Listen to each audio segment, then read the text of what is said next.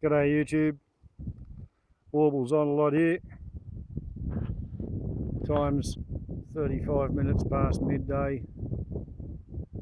Monday the 16th of September. Lots less smoke. It's still fairly smoky. A lot less smoke. Managed to go to town and have a bit of a briefing from my son on the state of the art regards the Red Range Kingsgate Wytaliba fire. So here's what I know. The wind is coming out of the northwest, which is why I've got clear skies, because it's blowing the smoke back the other way. The local alternative lifestyle multiple occupancy community Wytaliba is about 26 kilometres direct line of sight in the direction the camera is facing now. On a wall map, what that looks like is my place there across pretty much to where that Mapping Australia mark is. That's sort of where Wytaliba is. On an older folding map, somewhat better lighting perhaps, that kind of looks like that. Glen is there, Red Range there, Kingsgate station there, and the fire seems to have started in about here. So the northwesterly wind blew it that away, the southwesterly wind blew it that away, the southerly wind blew it that away. And if we go to an even more folded out map, this is the Kingsgate parish, this is the Man River, which comes down along here, and the Man River, that forms the north border and the east border of Wytaliba. The old Glen to Grafton Highway forms the east and the south border, and on there's 108 dwellings. Okay, so yonder fire came out of here and spotted from here straight across to here. And I can show you an even better map of that too. If we take the Man River Bridge and the Wytaliba School there, and then we sort of blow it up a little bit, what we have is the area of Wytaliba. That's the Man River, that's the old Grafton Road, that's Tommy's Rock, where there's a lookout where you can turn a fire truck around. These red dots are pretty much the edge of the fire as at 2 hours ago, 2.5 hours ago. Now on Saturday afternoon, when I was told that a person's house was on fire, that was down here, and that house did not get burnt.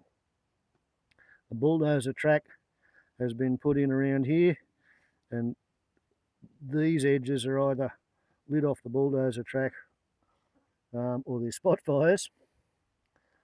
These are all spot fires, and yeah, there are little tracks coming in all the way off this, and people generally living in the gullies, so that there's a ridge between them and their neighbour. So each one gets to live in their own little amphitheatre, slightly out of sight from everybody else. Alternative lifestyle multiple occupancy community. Very good thing. My peer group lives there, and by the way, here we are, that little tiny red dot. And at the moment, the wind is from the southwest to the northwest. So these fires are going anywhere from that direction to that direction.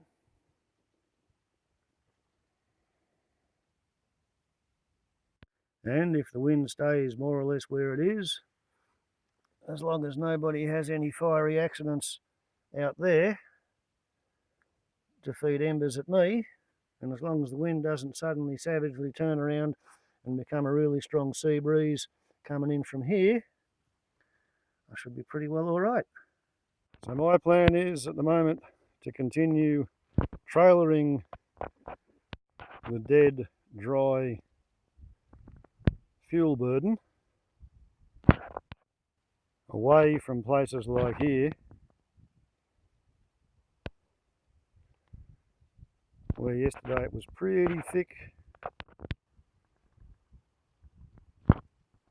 with dead tea tree head high. The basic idea being to turn that sort of a look,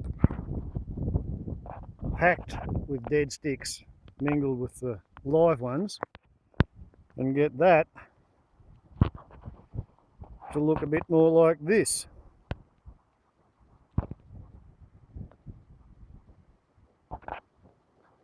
Where there might be a fair bit of scrub, but at least all the leaves are alive.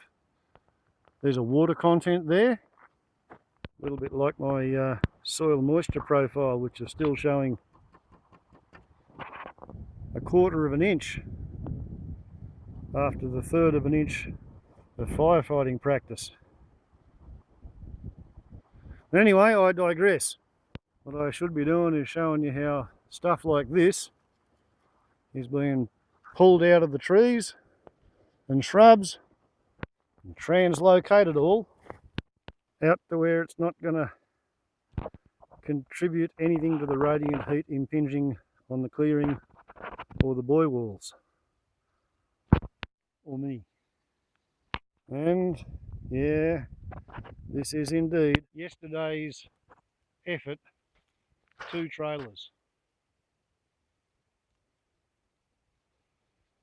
There's a hell of a lot of fuel stacked around the perimeter of my clearing. Whichever side you look at, it's a big pile, and that's only from the front gate to the boy wall tanks up the driveway, and there's still more down there that I have to get because you saw it earlier on in the video. Still, much more better there than having all of that down there, because here, if it goes off, all its radiant heat will expend itself on the green, wet vegetation around it, rather than cooking me and my stuff in the clearing. At least that is the theory. And I say it's a theory because it's a testable hypothesis, and that's the mark of being a theory, isn't it? If you can design an experiment, test the truth of the hypothesis, then the hypothesis has become a theory. And that's my theory. It's better to have the fuel burden a long way away from the hut.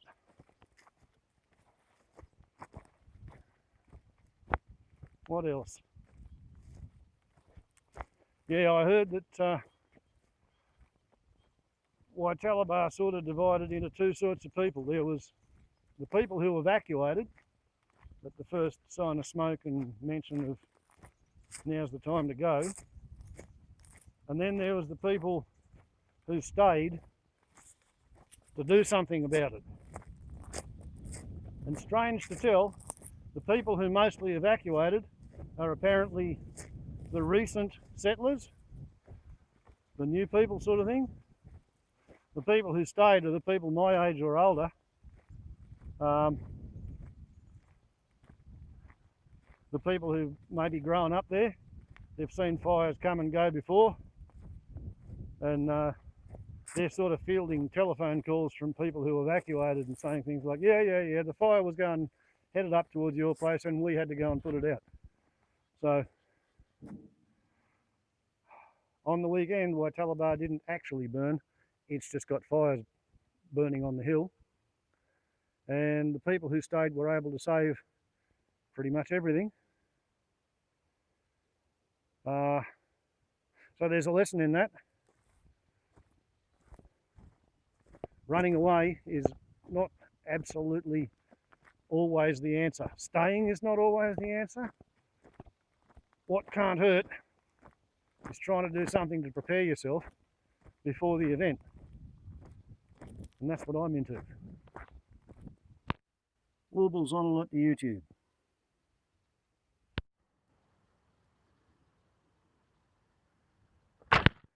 To coin a phrase, bugger the wind.